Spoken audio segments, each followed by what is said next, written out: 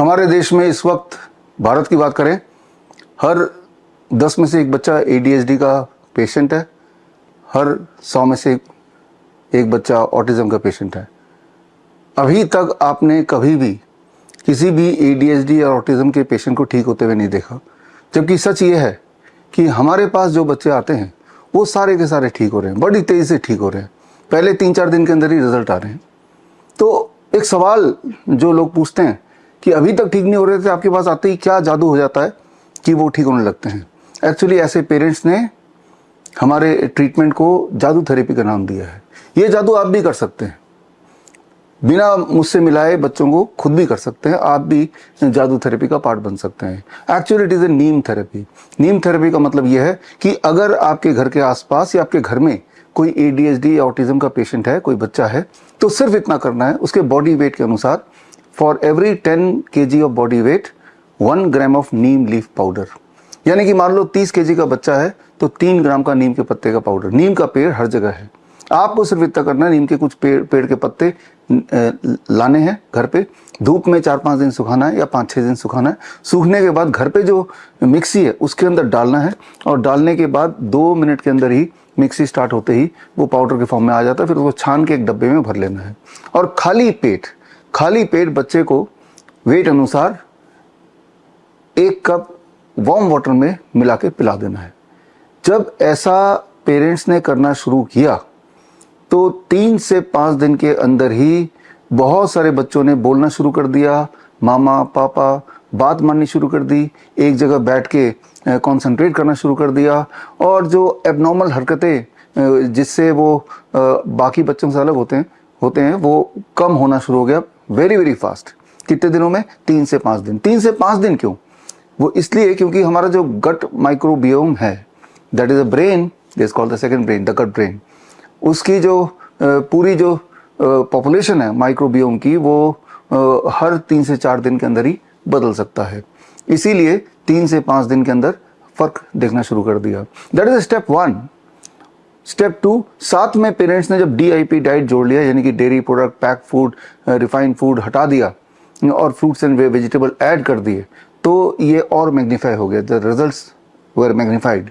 Step 3, साथ में ही 0 volt, यानी कि धरती पे बच्चों को नंगे पैर चलाना, घूमना, खेलना, कूदना, और ज़्यादा तेजी से रिजल्ट आने लगे। स्टेप 4, घर में जो इलेक्ट्रोमैग्नेटिक फील्ड है, यानी कि मोबाइल को बच्चे से जितना दूर रख सके उतना दूर रखना। जिस कमरे में बच्चा सो रहा है उस कमरे में इलेक्ट्रोमैग्नेटिक फील्ड ना हो, वाईफाई ना हो, मोबाइल ना हो, मोबाइल को चार्ज ना किया हो, इन चीज़ों का ध्यान रखना। और 5वीं बात कि एंटीबायोटिक, एंटीपायरेटिक, एंटीवायरल सप्लीमेंट्स या वैक्सीन्स, इन सबसे बच्चों को दूर रखना। जब ये 5 स्टेप किए तो हमारे बच्चे, ऑटिज्म के पेशेंट्स, ADHD के पेशेंट्स, तेजी से वो नॉर्मल होने लगे, नॉर्मल बच्चों की तरह होने लगे। ऐसे बच्चों के वीडियोस हम अपने सोशल मीडिया में लगातार डाल रहे हैं, और 30 नवंबर, दैट इज राजीव दीक्षित जयंती के दिन, एक किताब भी लॉन्च करेंगे जिसमें सारे केस स्टडीज एंड टेस्टिमोनियल्स होंगे। और वो बच्चों ने यही किया, और यही करने के लिए आपको मुझसे जुड़ने की जरूरत नहीं, ये करने की जरूरत है, और रिजल्ट आपके सामने आ जाएगा, बड़ी तेजी से आ जाएगा। सो क्योर ऑटिज्म नाउ किताब तो 30 नवंबर को आएगी, राजीव दीक्षित जयंती के दिन। लेकिन एक मुख्य सवाल ये आता है कि अगर ऑटिज्म और ADHD के पेशेंट इतनी तेजी से ठीक हो सकते हैं, इतने सिंपल ठीक हो सकते हैं, घर बैठे ठीक हो सकते हैं, मुफ्त में ठीक हो सकते हैं, तो फिर अभी तक ये ऐसा क्यों माना जाता था कि ADHD ऑटिज्म जिंदगी भर की बीमारी है? जिंदगी भर की बीमारी इसलिए माना जाता था क्योंकि आपने ये आंकड़े नहीं देखे जो आंकड़े मैं आपको दिखाने जा रहा हूँ। ये है ऑटिज्म और ADHD की इंडस्ट्री।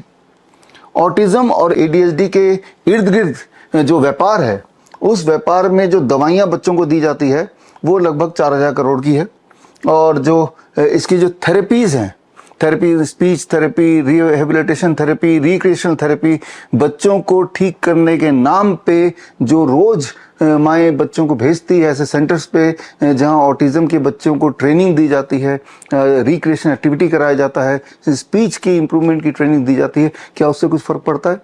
कितना फ़र्क पड़ता है? इस बात को समझने के लिए आप ये समझिए, याद कीजिए, मेरे बचपन में मुझे याद है कि गोरा होने का शौक सबको था, मेरे छोटे भाई को भी था, और गोरा होने के लिए क्रीम फेयर एंड लवली मेरा भाई तो अभी तक लगाता होगा। लेकिन अभी भी थोड़ा भी गोरा नहीं हुआ। जिस प्रकार गोरे होने के जो क्रीम है उसको लगाने से ये एहसास होता है शायद कि इस दिन मैं गोरा हो जाऊंगा, लेकिन वो दिन कभी नहीं आता। ठीक उसी प्रकार ये जो रिहेबिलिटेशन सेंटर्स हैं या स्पीच थेरेपी सेंटर्स है या ADHD और ASD ऑटिज्म के इर्द गिर्द जो थेरेपी सेंटर्स हैं उनका जो टोटल व्यापार अगर आप देखें दैट इज ये 3,23,000 करोड़ से ऊपर है और ADHD का 44,000 करोड़ से ऊपर है। तो ये कितनी बड़ी इंडस्ट्री है, कितना बड़ा व्यापार है, ये समझने के लिए आप कंपेरेबल इसे कंपेयर कर सकते हैं। जितना बड़ा बिजनेस ट्यूशन का होता है, चाहे वो एक होम ट्यूशन का से लेके जो बड़े बड़े एडटेक कंपनीज हैं जैसे बायजूस वगैरह या फिटजी वगैरह, इन सारी जो कोचिंग इंडस्ट्री एक साल में जितना कमाती है, जितनी बड़ी इंडस्ट्री है, उतनी बड़ी इंडस्ट्री ये भी लगभग उतने स्केल पे इंडस्ट्री है। तो समझ सकते हैं कितना बड़ा व्यापार है। ये व्यापार सिर्फ इस बात पे टिका हुआ है कि ADHD और ऑटिज्म के बच्चे जो है वो कभी ठीक ना हो, वो ऐसी हालत में रहे जिंदगी भर, इसी पे टिका हुआ है। जबकि सच्चाई ये है ये बड़ी तेजी से ठीक हो सकता है। ठीक होने के लिए वो 5 स्टेप मैंने आपको बताए। आप एक सबूत के तौर पे खुद ही किसी ऐसे बच्चे पे प्रयोग करके देख लें। करना सिर्फ इतना होगा टू स्टार्ट विद कि नीम के पत्ते का जो मैंने आपको बताया उस रेशियो में उसको सेवन कराना होगा for 3 to 5 days and you will start seeing the result, right. Result आपके आंखों के सामने चौंका देने वाला होगा।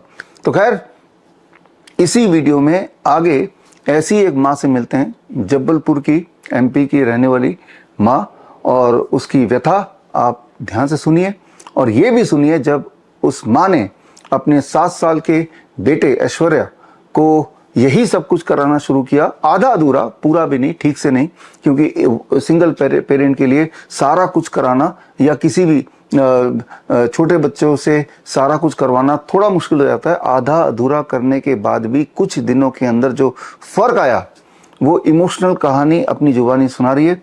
देखिए इस वीडियो के अंदर, मिलते हैं उस माँ से।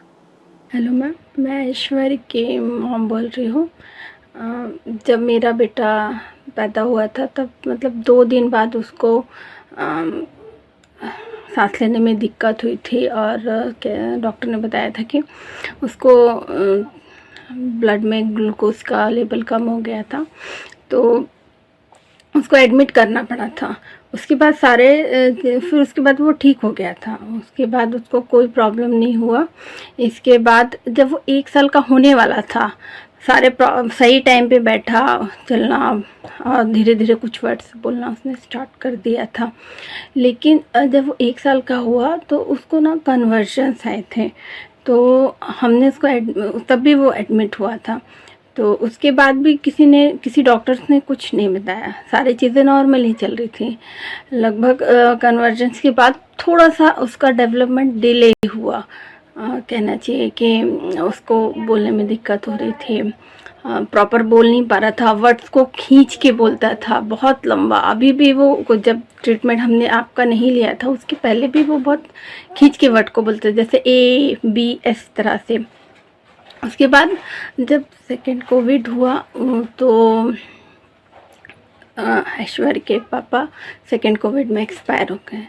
तो हमें लगा कि 2.5 साल से 3 साल के बीच में हमने उसको मैंने भी ध्यान नहीं दिया, और समय ही ऐसा था। जब वो स्कूल गया 3.5 साल में, तो वहाँ टीचर्स ने बोला कि ये कुछ जो बच्चे होते हैं उनसे अलग है, इसकी जो ग्रोथ है वो प्रॉपर नहीं है, ये एबनॉर्मल चाइल्ड है, ऐसे करके बोला। तब मुझे रियलाइज़, मतलब तो हमें तो उसके पहले पता ही नहीं था कि ऐसा कुछ है। तो मुझे बहुत शॉक हुआ। फिर हम डॉक्टर के पास गए तो डॉक्टर ने बोला इसको थोड़ा सा माइल्ड ऑटिज्म और ADHD का प्रॉब्लम है। उसका मेडिसिन चल रहा था, है ना। इसके पहले उसको मतलब कोई हमें सिम्टम समझ में ही नहीं आए थे। फिर बहुत मुश्किल हुआ स्कूल में और ऐसे, और फिर इसका जो डेवलपमेंट था, जैसे बोलने का, लिखने का, प्रॉपर समय पे सही लिख नहीं पाता था। अभी तक तो ये कुछ समय पहले तक लाइन में नहीं लिख पाता था, वर्ड तिरछे मिर्छे बनाता था। बोल नहीं पाता था, बहुत हाइपर एक्टिव था। अगर जैसे टीवी चलता रहता था ना तो ये बैठता ही नहीं था और दूसरों को भी डिस्टर्ब होता था। सब गुस्सा भी करते थे। कोई आया तो उसके ऊपर एकदम चढ़ जाना, उसके सामने कोई अजीब सी हरकतें करना, और जैसे किसी ने कुछ क्वेश्चंस किया है तो उसका प्रॉपर आंसर नहीं देना, ये सब इसमें था। अपने से खाना नहीं, खाने में बहुत परेशानी हुआ। धीरे धीरे ये अभी भी मैं उसको खिलाती थी और मतलब कुछ खा लेता था, कुछ नहीं खाता था। और इतना परेशान थे हम कि मतलब इतना थेरेपी लेने के बाद, इतना डॉक्टर थे, क्योंकि हस्बैंड के जाने के बाद मुझे लगा कि यही मेरा बेटा, सब कुछ मेरा है, और अगर यही अच्छा नहीं रहेगा तो मेरा लाइफ का कोई मतलब ही नहीं रहेगा। ऐसे करके हम बहुत के देख रहे थे और कुछ भी सॉल्यूशंस, मतलब ऐसा सॉल्यूशंस नहीं मिल रहा था। किसी ने अभी तक ये नहीं बोला था कि आपका बेटा नॉर्मल हो जाएगा, या उन्होंने यही बोला कि आप अपने माइंड को सेट कर लीजिए कि इसको प्रॉब्लम रहेगा, ये मंदबुद्धि रहेगा, इसका लिखने पढ़ने में थोड़ा वीक रहेगा ना, और बच्चों से चीज़ें, जैसे अभी साइकिलिंग भी नहीं कर पा रहा था ये। फिर हमने आपका ये जो मैंने एक दिन वीडियो दिखा डॉक्टर BRC सर का, फिर मैंने बोला कि इसमें मैंने फॉर्म फिल किया और ज्वाइन हुआ। जब से मैंने आपका नीम therapy and other protocol follow किया है, रियली मुझे 2 से 3 दिन में ही ये रियलाइज़ हुआ कि इसकी हाइपर एक्टिविटी कम हो गई है, क्योंकि मुझे बाकी चीज़ें भी मेंटेन करनी होती है। तो मैंने प्रॉपर 1-2 दिन, मतलब 1 वीक लगा मुझे प्रॉपर फॉलो करने में। अभी भी मैं प्रॉपर फॉलो नहीं कर रही हूँ, 60-70% ही कर रही हूँ, लेकिन मुझे उसमें भी बहुत अच्छा रिजल्ट मिल रहा है। अब इसका हाइपर एक्टिविटी कम हुआ है, ये गार्डन में जाता है, किसी चीज़ से नहीं डरता है, जो समझाती हूँ समझता है, अंडरस्टैंडिंग करता है, अपने से खाता है। सब्जियाँ नहीं खाता था, अब सब्जियाँ खाता है, अपने से खाता है ना। और मुझे अगर मैंने बोल दिया है, अब टीवी देखता है बिल्कुल प्रॉपर सबके जैसे बैठ के देखता है, कोई इशू नहीं है उसको, कोई नहीं। अगर कोई आया है तो मैंने उसको बोला, और जो उसका वर्ड था खींच के बोलने का, कि जैसे ए बोल रहा है, बी बोल रहा है, और लिखने में भी इसका हैंड राइटिंग जो है वो प्रॉपर हो गया है अभी। और जैसे मैडम बोर्ड पे लिखाती थी तो ये कॉपी नहीं कर पाता था, तो अभी मैंने 1-2 दिन से रियलाइज़ किया है कि ये नोट करके आ रहा है, कम करता है पर कर रहा है। और उल्टे लिखता था ये वर्ड्स, पहले उल्टे लिखता था, मैडम लिखा दी थी अगर तो ये उल्टा, मतलब बोर्ड से लिखने में इसको प्रॉब्लम होता था। तो हमने आई स्पेशलिस्ट को भी दिखाया इसके लिए, पर कोई रिजल्ट नहीं। मैंने 2 महीने से ये चश्मे का भी यूज़ कर रहा है, मेडिसिन का भी यूज़ कर रहा है, पर मुझे लग रहा था कि कोई इम्प्रूवमेंट नहीं हो रहा है। लेकिन अभी ये बोर्ड से लिख के आ रहा है, प्रॉपर लिखता है, लाइन में कोई दिक्कत नहीं होती है, और वर्ड्स को बहुत अच्छे से अब बोलने लगा है। वर्ड्स को खींचता नहीं है, प्रॉपर बोलता है, जो समझाती हूँ वो करता है। और सीखने की, जो पहले नहीं करना चाहता था ना, कि मैंने बोला थोड़ा सा ये करो, अपने से ब्रश करो, अपने से, तो अब वो धीरे धीरे सीख रहा है, हर चीज़ को सीख रहा है। तो मुझे पूरा विश्वास है कि आने वाले कुछ समय में अगर मैंने सब कुछ अच्छे से फॉलो किया तो कुछ दिन में ये सब कुछ करने लग जाएगा।